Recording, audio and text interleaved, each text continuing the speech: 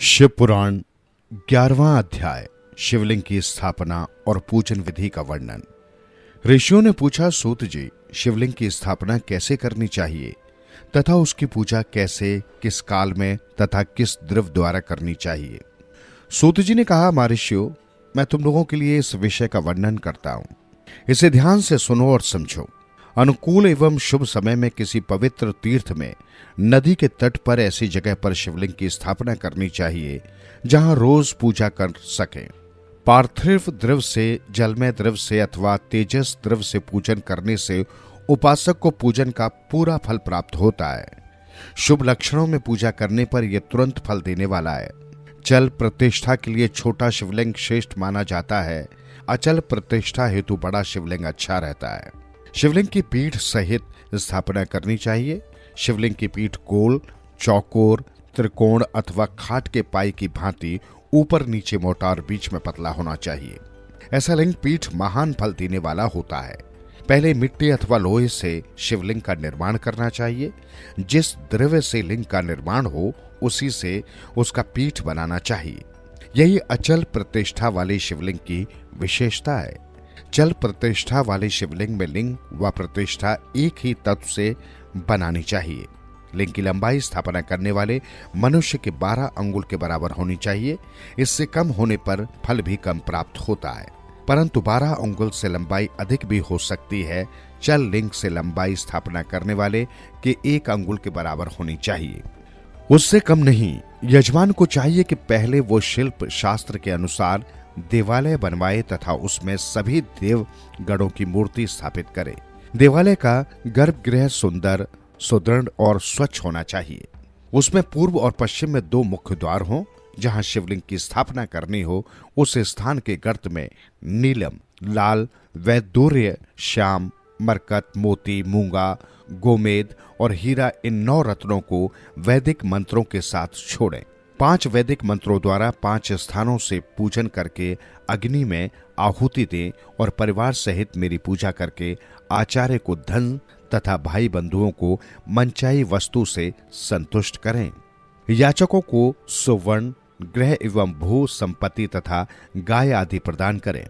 स्थावर जंगम सभी जीवों को यत्न पूर्वक संतुष्ट कर एक गड्ढे में सुवर्ण तथा 9 प्रकार के रत्न भरकर वैदिक मंत्रों का उच्चारण करके परम कल्याणकारी महादेव जी का ध्यान करें। तत्पश्चात नाद घोष से युक्त महामंत्र ओंकार ओम का उच्चारण करके गड्ढे में पीठ युक्त शिवलिंग की स्थापना करें। वहां परम सुंदर मूर्ति की भी स्थापना करनी चाहिए तथा भूमि संस्कार की विधि जिस प्रकार शिवलिंग के लिए की गई उसी प्रकार मूर्ति की प्रतिष्ठा भी करनी चाहिए। मूर्ति की स्थापना अर्थात प्रतिष्ठा पंचाक्षर मंत्र से करनी चाहिए। मूर्ति को बाहर से भी लिया जा सकता है, परंतु वो साधु पुरुषों द्वारा पूजित हो। इस प्रकार शिवलिंग व मूर्ति द्वारा की गई महादेव जी की पूजा शिव पद प्रदान करने वाली है। स्थावर और जंगम से लिंग भी 2 तरह का हो गया है। वृक्ष लता आदि को स्थावर लिंग कहते हैं और कृमि कीट आदि को जंगम लिंग। स्थावर लिंग को सींचना चाहिए तथा जंगम लिंग को आहार एवं जल देकर तृप्त करना चाहिए।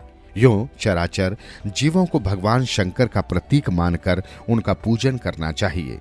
इस तरह महालिंग की स्थापना करके विविध उपचारों द्वारा उसका रोज पूजन करें तथा देवालय के पास ध्वजारोहण करें। शिवलिंग साक्षात शिव का पद प्रदान करने वाला है। आह्वान, आसन, अर्घ्य, पाद्य, पदंग, अचमन, स्नान, वस्त्र, यज्ञोपवीत, गंध, पुष्प, धूप, दीप, नैवेद्य, तांबुल, समर्पण, नीराजन, नमस्कार और विसर्जन, ये 16 उपचार हैं। इनके द्वारा पूजन करें। इस तरह किया गया भगवान शिव का पूजन शिव पद की प्राप्ति कराने वाला है। सभी शिवलिंगों की स्थापना के उपरांत चाहे वो मनुष्य द्वारा स्थापित, ऋषियों या देवताओं द्वारा अथवा अपने आप प्रकट हुए हों, सभी का उपयुक्त विधि से पूजन करना चाहिए, तभी फल प्राप्त होता है। उसकी परिक्रमा और नमस्कार करने से शिव पद की प्राप्ति होती है। शिवलिंग का नियम पूर्वक दर्शन भी कल्याणकारी होता है। मिट्टी, आटा, गाय के गोबर, फूल, कनेर पुष्प, फल, गुड़, मक्खन, भस्म अथवा अन्न से शिवलिंग बनाकर प्रतिदिन पूजन करें तथा प्रतिदिन 10,000 प्रणव मंत्रों का जाप करें अथवा दोनों संध्याओं के समय एक सशस्त्र प्रणव मंत्रों का जाप करें। इससे भी शिव पद की प्राप्ति होती है। जप काल में प्रणव मंत्र का उच्चारण मन की शुद्धि करता है। नाद और बिंदु से युक्त ओंकार को कुछ विद्वान समान प्रणव कहते हैं। प्रतिदिन 10,000 पंचाक्षर मंत्र का जाप अथवा दोनों संध्याओं को एक सशस्त्र मंत्र का जाप शिव पद की प्राप्ति कराने वाला है। सभी ब्राह्मणों के लिए प्रणव से युक्त पंचाक्षर मंत्र अति फलदायक है। कलश से किया स्नान, मंत्र की दीक्षा, मातृकाओं का न्यास, सत्य से पवित्र अंतःकरण ब्राह्मण तथा ज्ञानी गुरु सभी को उत्तम माना गया है। पंचाक्षर मंत्र का 5 करोड़ जाप करने से मनुष्य भगवान शिव के समान हो जाता है। 1, 2, 3 अथवा 4 करोड़ जाप करके मनुष्य क्रमशः ब्रह्मा, विष्णु, रुद्र तथा महेश्वर का पद प्राप्त कर लेता है।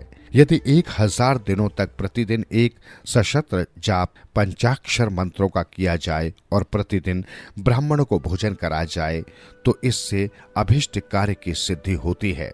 ब्राह्मण को प्रतिदिन प्रातःकाल 1000 पाठ बार गायत्री मंत्र का जाप करना चाहिए, क्योंकि गायत्री मंत्र शिव पद की प्राप्ति कराता है। वेद मंत्रों और वैदिक सूक्तियों का भी नियम से जाप करें।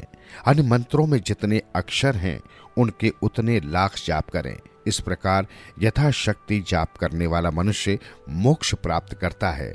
अपनी पसंद से कोई एक मंत्र अपनाकर प्रतिदिन उसका जाप करें अथवा ओम का नित्य एक सशस्त्र जाप करें। ऐसा करने से संपूर्ण मनोरथों की सिद्धि होती है।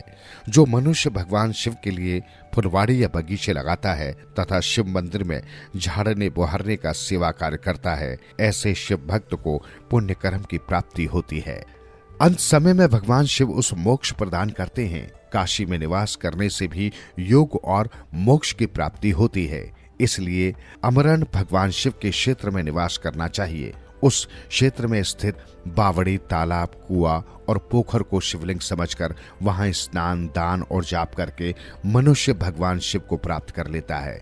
जो मनुष्य शिव के क्षेत्र में अपने किसी मृत संबंधी का दाह, दशहा, मासिक श्राद्ध अथवा वार्षिक श्राद्ध करता है अथवा अपने पितरों को पिंड दान देता है, वो तत्काल सभी पापों से मुक्त हो जाता है और अंत में शिव पद प्राप्त करता है। लोक में अपने वर्ण के अनुसार आचरण करने व सदाचार का पालन करने से शिव पद की प्राप्ति होती है। निष्काम भाव से किया गया कार्य अभीष्ट फल देने वाला एवं शिव पद प्रदान करने वाला होता है।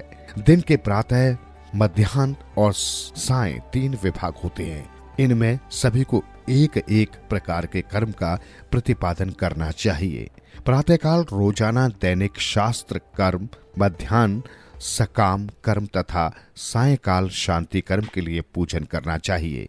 इसी प्रकार रात्रि में 4 प्रहर होते हैं। उनमें से बीच के 2 प्रहर निषेध काल कहलाते हैं। इसी काल में पूजा करनी चाहिए, क्योंकि ये पूजा अभीष्ट फल देने वाली है। कलयुग में कर्म द्वारा ही फल की सिद्धि होगी। इसी प्रकार विधि पूर्वक और समय अनुसार भगवान शिव का पूजन करने वाले मनुष्य को अपने कर्मों का पूरा फल मिलता है। ऋषियों ने कहा, सूत जी, ऐसे पुण्य क्षेत्र कौन कौन से हैं जिनका आश्रय लेकर सभी स्त्री पुरुष शिव पद को प्राप्त कर लें? कृपा कर हमें बताइए।